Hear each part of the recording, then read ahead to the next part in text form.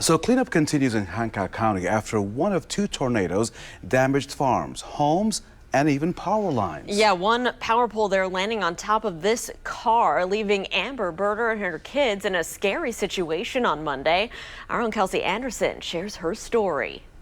Tuttle's Orchard is known for their apples, their big pumpkin patch in the fall, but this week they are being praised for their Hoosier hospitality after helping a family during Monday's tornado.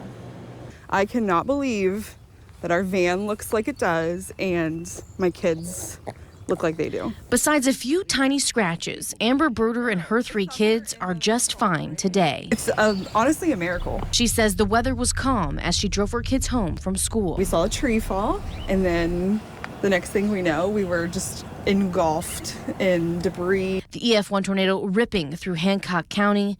The 110-mile-per-hour winds downed several power lines in its path, one of them landing on Berter's car as she drove down 600 North. We had no protection. All of our windows were gone. So I just kind of honestly blacked out.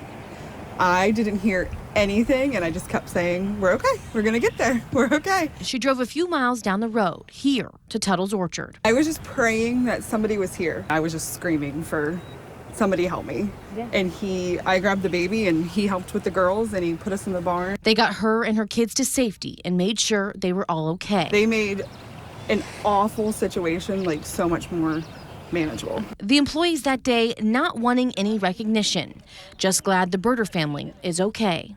In Hancock County, Kelsey Anderson, WRTV.